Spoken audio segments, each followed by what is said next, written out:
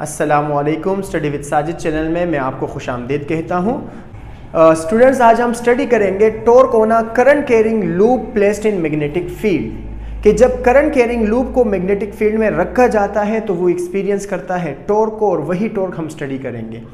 तो स्टूडेंट्स, आज सबसे पहले बात कर लेते हैं कि लूप या कॉइल से क्या मुराद है। स्टूडेंट्स, लूप या कॉइल से मुराद ये है कि आप एक तार लो और उस तार को लपेट दो किसी डिफरेंट शेप में, या रेक्टेंगुलर शेप में, या स्क्वायर शेप में, या सर्कुलर शेप में, तो फिर ये कहलाएगा लूप। ठीक है स्टूडेंट्स। और जब उसको बार बार उसी शेप में लपेटोगे तो फिर ये क्या कहलाएगा? कॉइल। फॉर एग्जाम्पल, इस चीज़ को समझने के लिए मैं बुक का सहारा ले लेता हूँ। जिस तरह ये किताब आपको नज़र आ रही है, तो ये किताब रेक्टेंगुलर या स्क्वायर शेप की है। आप एक तार लो, उस तार का एक सिरा ये रहा, यहाँ मैंने डायग्राम में मेंशन किया हुआ है। ठीक है स्टूडेंट्स। तो उस तार को आपने लिया और उस तार को आपने इन साइडों पे क्या करना शुरू कर दिया? लपेटना शुरू कर दिया। तो यहाँ से यूं तार आई, फिर ये, फिर ऊपर की जानिब, फिर to the right, again downward direction में, और फिर टू द लेफ्ट। तो आपको कुछ इस तरह तार की कुछ इस तरह की शक्ल नजर आएगी, रेक्टेंगुलर शेप नजर आएगी। ये कहलाएगा करंट कैरिंग लूप, क्योंकि ये है लूप और इसमें से क्या फ्लो कर रहे हैं? करंट फ्लो कर रहे हैं, क्योंकि एक सिरे को हमने पॉजिटिव एंड से और दूसरे सिरे को हमने किससे कनेक्ट किया होगा? नेगेटिव एंड से। तो लिहाजा इसको हम बोलेंगे करंट कैरिंग लूप। और इसी लूप को हमने रखा है दो मैग्नेट्स के नॉर्थ और साउथ पोल्स के दरमियान। तो लिहाजा अब ये बनेगा current carrying loop placed in magnetic field. ठीक है स्टूडेंट्स। अब मजीद इस लूप की प्रॉपर्टीज मैं आपको बता देता हूं। जिस तरह ये बुक है, इस बुक की मदद से मैं आपको समझा रहा हूं। तो इस साइड को हमने नाम दिया ए का। ठीक है स्टूडेंट्स। इस साइड को हमने नाम दिया बी का, इस साइड को हमने नाम दिया सी का, और इस साइड को हमने नाम दिया डी का। तो टोटल यहां 4 साइड्स है। ए से बी, बी से डी, डी से सी, और सी से अगेन ए। तो हमारे पास ये 4 साइड्स है। और इस लूप की जो लेंथ है उसको हमने शो किया है किस चीज से? एल से। लेंथ से मुराद ये है कि ए से लेकर बी तक का फासला। ठीक है स्टूडेंट्स। ये वाली साइड, इस साइड की लंबाई को हमने क्या बोला है? एल बोला है। और इस साइड की लंबाई को, इसकी चौड़ाई को, विड्थ को हमने किससे शो किया है? डब्ल्यू से। तो डब्ल्यू से मुराद है ए से लेकर सी तक का फासला। तो ये इसकी लेंथ है और ये इसकी क्या है? विड्थ है। ठीक है स्टूडेंट्स। अब स्टूडेंट्स, इस लूप के 4 साइड्स हैं। अभी कुछ देर पहले मैंने आपको बताया। तो इन चारों साइडों को आप अलग अलग कंडक्टर कंसिडर कर सकते हो। और पिछली वीडियो में हमने डिस्कस किया था कि जब भी कोई कंडक्टर होगा उसमें से करंट फ्लो कर रहा होगा और वो मैग्नेटिक फील्ड में रखा होगा तो वो एक्सपीरियंस करेगा फोर्स को। तो स्टूडेंट्स, वही पिछली वाली हमारी जो कॉन्सेप्ट्स थे उसी को अप्लाई करेंगे, और हम बारी बारी पहले इस कंडक्टर पर लगने वाली फोर्स कैलकुलेट करेंगे, फिर इस कंडक्टर पर, फिर इस कंडक्टर पर, फिर इस कंडक्टर पर। और उन्हीं कॉन्सेप्ट की मदद से फिर हम यहाँ देखेंगे कि ये कॉइल जो है जब इसको मैग्नेटिक फील्ड में रखा जाएगा तो ये एक्सपीरियंस करेगा किस चीज़ को? टॉर्क को। तो अगर आपने मेरी पिछली वीडियो नहीं देखी तो मैं ऊपर आई बटन में आपको उसका लिंक दे देता हूँ। तो आप वहाँ से क्लिक करके पहले force on a current carrying conductor in magnetic field वाली वीडियो देखिए, उसके बाद फिर मेरा ये लेक्चर देखिए। तो स्टूडेंट, सबसे पहले हम बात कर लेते हैं साइड एसी की। कौन सी साइड की? एसी की, जिसको आप यहां से देख सकते हो। मैं इस साइड की बात कर रहा हूं। ठीक है स्टूडेंट्स। तो जब साइड एसी की बात करेंगे तो ये एक कंडक्टर है और इस कंडक्टर में से क्या गुजर रहे? करंट गुजर रहा है। और इसको हमने कहां रखा है? मैग्नेटिक फील्ड में। तो ये कंडक्टर क्या एक्सपीरियंस करेगा? फोर्स। और उस फोर्स को कैलकुलेट कर सकते हैं BIL sin थीटा से। तो स्टूडेंट्स, मैं यहां लिख देता हूं फोर्स F, और कौन सी साइड की बात कर रहा हूं? AC की। तो यहां मैं इसके साथ छोटा सा लिख देता हूं AC बराबर है B, फिर करंट, फिर लेंथ। यहां लेंथ कितनी है? ए से लेकर सी तक। क्या बोला है उसको हमने? W। तो यहां मैं लिख दूंगा BIL के बदले क्या लिख दूंगा? W, और ये आ जाएगा साइन थीटा। अब स्टूडेंट्स, थीटा था कंडक्टर और मैग्नेटिक फील्ड के दरमियान एंगल। तो इस AC कंडक्टर को हम देखते हैं और मैग्नेटिक फील्ड को देखते हैं कि इनके दरमियान कितना एंगल बन रहा है, क्या एंगल बन रहा है। तो स्टूडेंट्स देखिए, इस कंडक्टर में करंट कैसे फ्लो कर रहे हैं? To the right. करंट कैसे फ्लो कर रहे हैं? To the right. तो स्टूडेंट्स, ये रही करंट की डायरेक्शन। ठीक है। और फील्ड हमेशा होती है नॉर्थ से साउथ। इस साइड नॉर्थ पोल है, इस साइड साउथ पोल है। सो फील्ड भी इसी डायरेक्शन में है। दोनों पैरेलल है, दोनों के दरमियान एंगल कितना आ रहा है 0, तो दैट्स वाई यहां जो थीटा आ रहा है यहां हम क्या प्लेस कर देंगे, क्या रख देंगे, 0 रख देंगे। तो ये बन जाएगा एफ ए सी बराबर है BIW और साइन 0 डिग्री। और स्टूडेंट साइन 0 0 के बराबर होता है, आप कैलकुलेट कर सकते हो साइंटिफिक कैलकुलेटर से। तो 0 जब इन तीनों से मल्टीप्लाई होगा ये पूरी साइड क्या हो जाएगी 0, तो दैट्स वाई यहां पर जो फोर्स आएगी वो किसके बराबर आएगी, 0 के बराबर आएगी।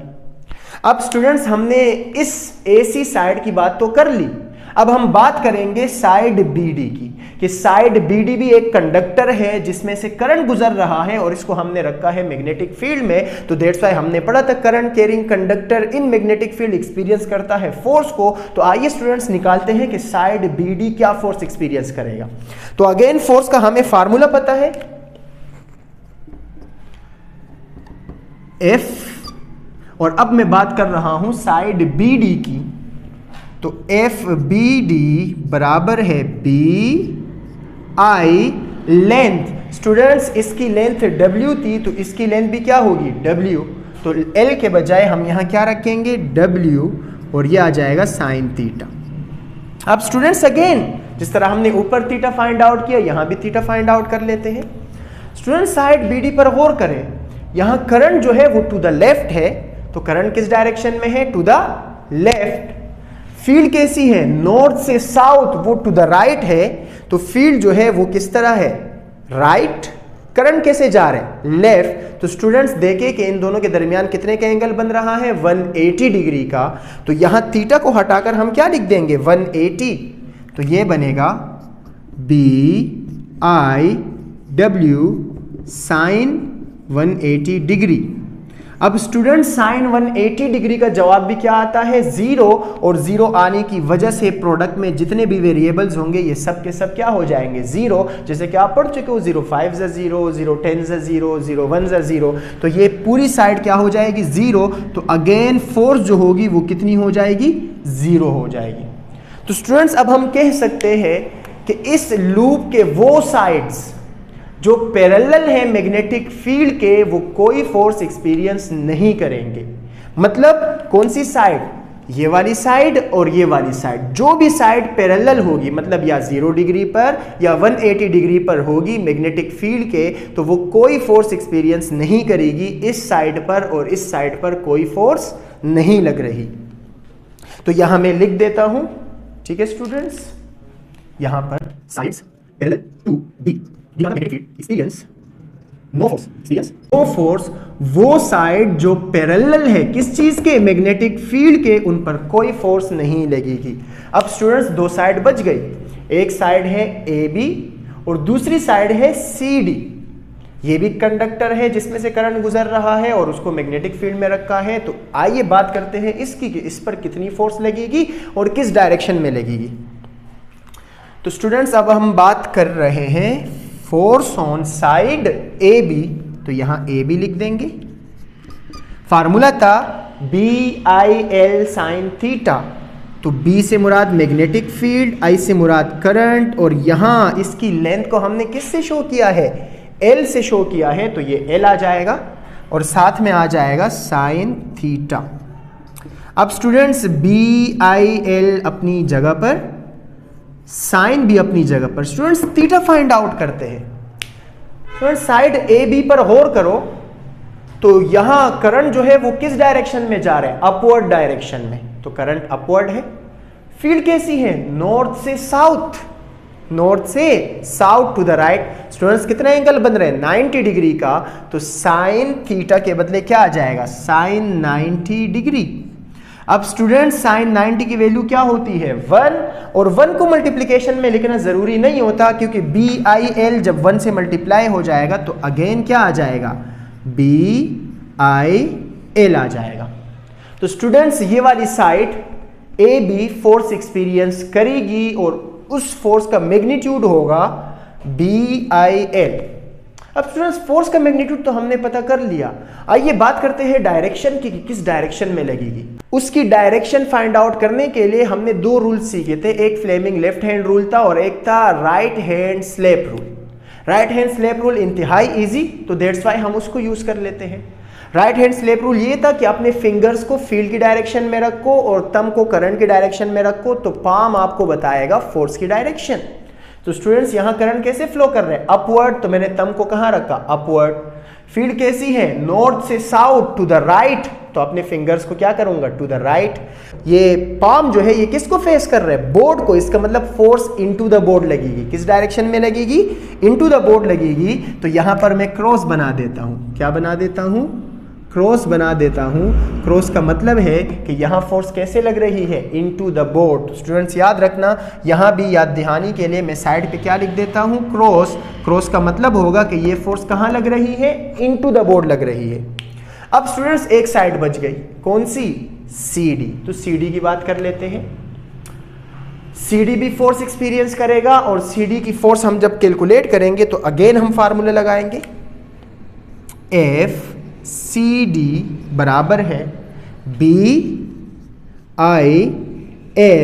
Sine theta. अब स्टूडेंट्स अगेन B अपनी जगह पर, IL sine theta find out कर लेते हैं। साइड CD पर गौर करें स्टूडेंट्स, यहां करंट जा रहा है डाउनवर्ड। करंट कैसे जा रहा है, डाउनवर्ड। फील्ड कैसी है, again from north to south, north से साउथ। तो स्टूडेंट्स देखिए क्या एंगल बन रहे हैं, 90 डिग्री।